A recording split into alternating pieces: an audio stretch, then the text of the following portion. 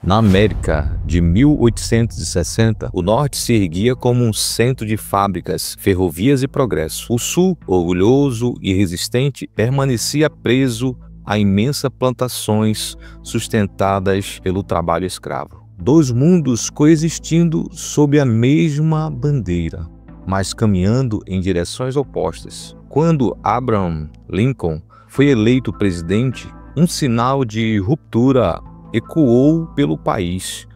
Para uns, ele representava a união, justiça e liberdade. Para outros, era a ameaça final a um modo de vida que sustentava famílias, cidades inteiras e uma tradição centenária. A tensão se espalhava pelas ruas, pelas praças e até dentro das casas. Amigos discutiam, vizinhos se tornavam inimigos. Famílias se dividiam. Cada palavra podia ser interpretada como lealdade ou traição. A América não precisava mais de canhões para estar em guerra. A guerra já tinha começado nos corações. E então veio a secessão.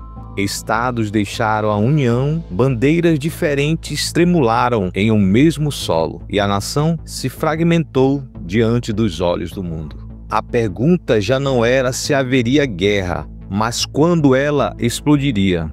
Neste documentário vamos explorar como uma jovem nação mergulhou no conflito mais sangrento de sua história. Vamos acompanhar os caminhos que levaram ao confronto, compreender o dilema de líderes como Abraham Lincoln e Jefferson Davis, e mergulhar na história de soldados e famílias que viveram o peso da divisão. Esta é a jornada da América rumo à Guerra Civil. Um choque de ideias, interesses e esperanças que marcaria para sempre o destino dos Estados Unidos.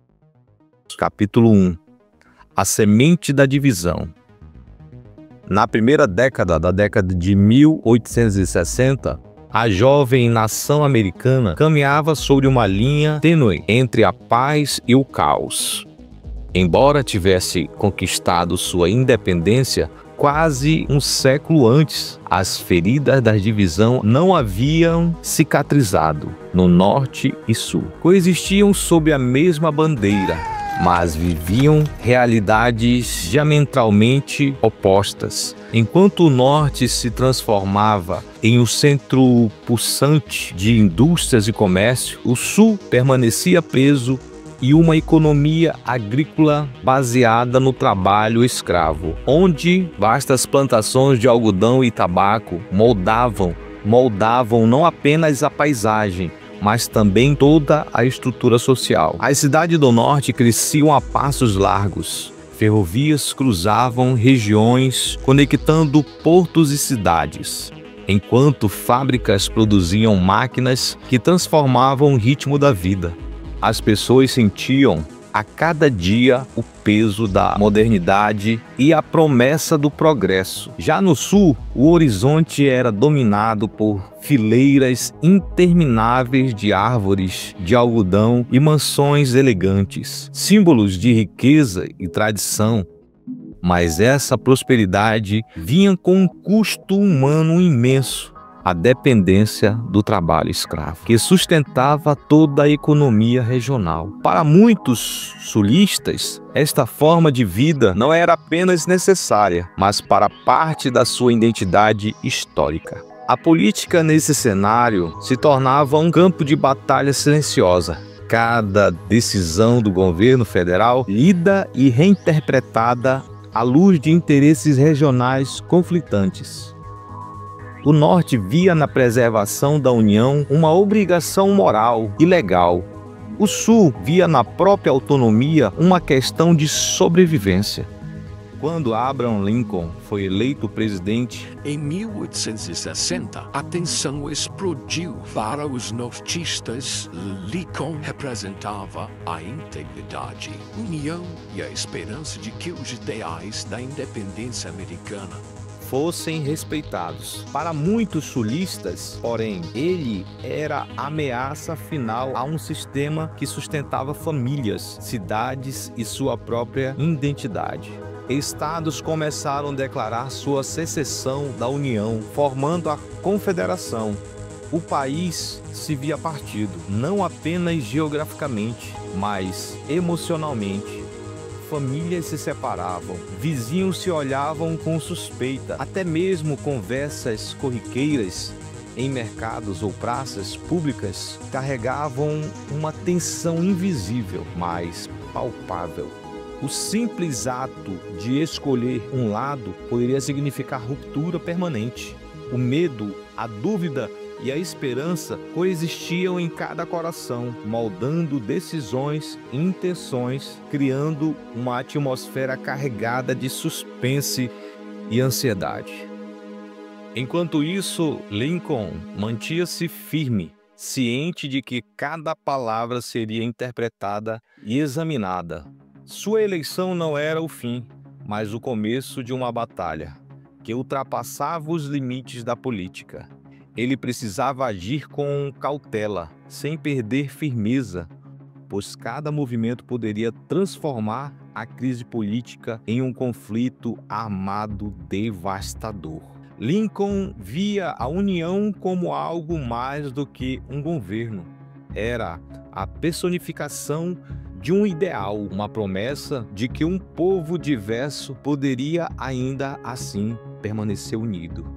No Sul, líderes como Jefferson Davis mobilizavam recursos e fortaleciam a narrativa de que a secessão era um direito sagrado e necessário. As assembleias estaduais eram formadas por debates acalorados, onde o conceito de liberdade se confundia com interesses econômicos e orgulho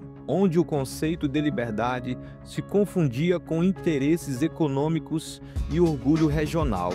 Cartas, discursos e reuniões públicas reforçavam a ideia de que o Sul não poderia mais viver sob um governo que, em suas palavras, ameaçava seu modo de vida.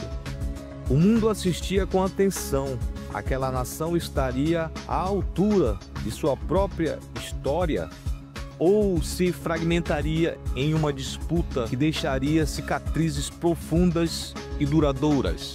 Em casas e salões, nos campos e nas cidades, a tensão era quase palpável. Agricultores, indústrias, comerciantes e trabalhadores discutiam, refletiam e muitas vezes temiam as pessoas que se perguntavam sobre o futuro. Haveria guerra? A nação resistiria? Ou tudo desmontaria, enterrando sonhos e memórias sobre o peso da violência e do conflito? Cada indivíduo sentia, de forma íntima, a responsabilidade de suas escolhas, como se o próprio destino da nação estivesse em suas mãos. Assim, o capítulo terminaria com a tensão no auge, plantando as sementes de um conflito que transformaria vidas e moldaria o destino de uma nação inteira. Cada gesto, cada palavra e cada decisão estavam carregados de significados. O leitor sente que a guerra não é apenas iminente, ela já começou nos corações, nas mentes, nas histórias daqueles que viveram aquela época.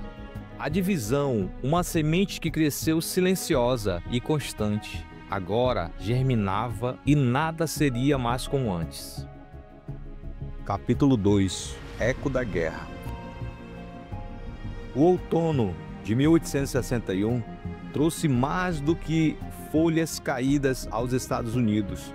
Trouxe uma atmosfera carregada de incertezas e antecipação.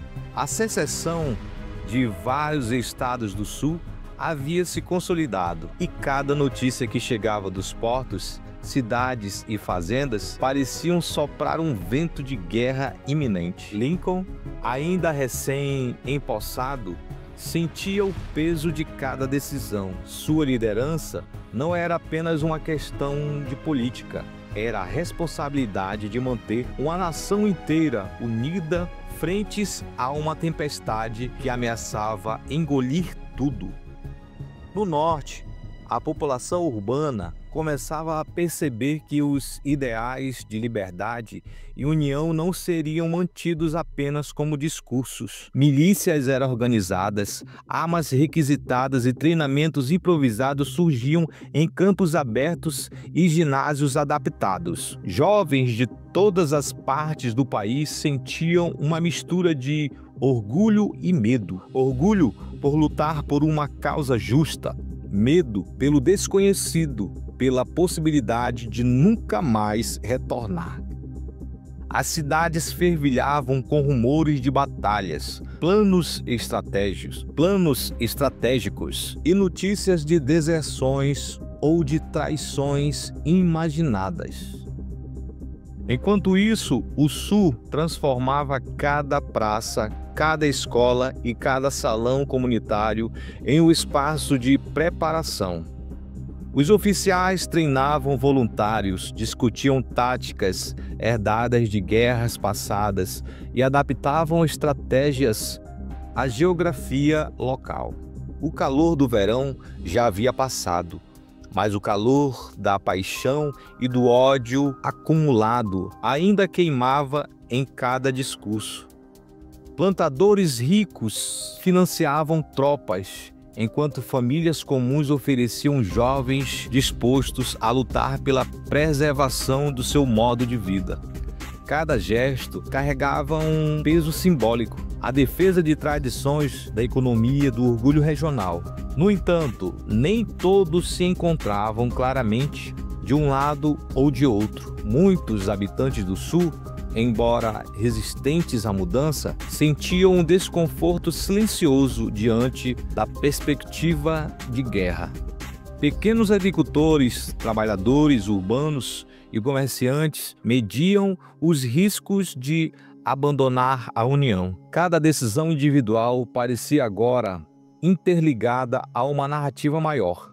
À medida que o país se fragmentava e cada escolha ressoava como um eco no coração de toda a nação.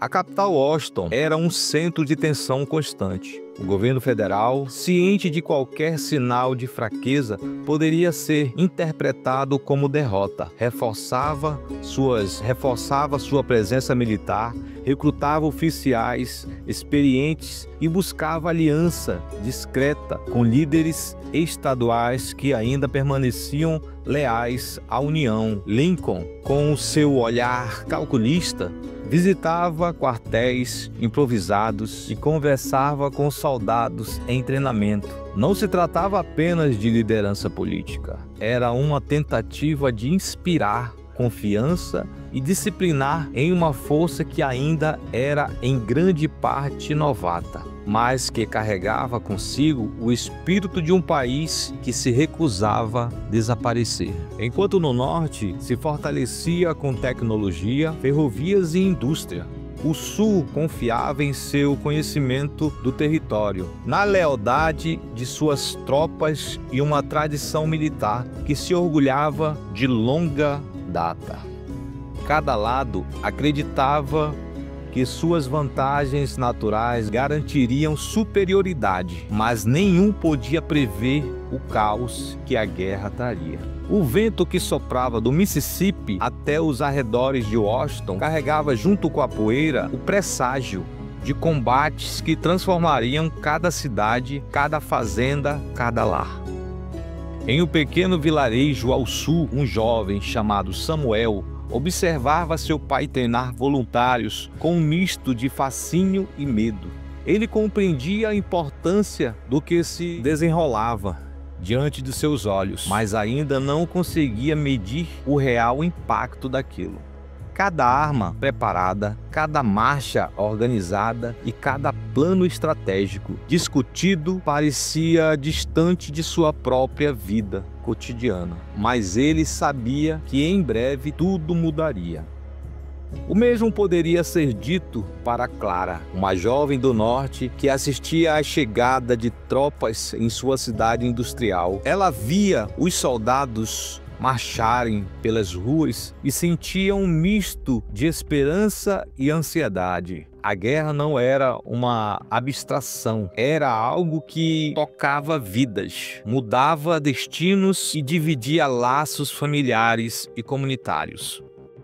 Nos bastidores, Lincoln buscava mais do que estratégia militar. Ele buscava consenso, legitimidade e moral. Suas reuniões com conselheiros, generais e líderes civis eram longas, exaustivas e muitas vezes conflituosas. Cada palavra dita, cada sugestão ponderada carregava o peso de vidas humanas. Ele compreendia que uma decisão errada poderia significar não apenas derrota militar, mas a desintegração completa da União. O Sul, por outro lado, via sua mobilização como uma defesa sagrada. O Sul, por outro lado, via sua mobilização como uma defesa sagrada. Cada cidadão, cada soldado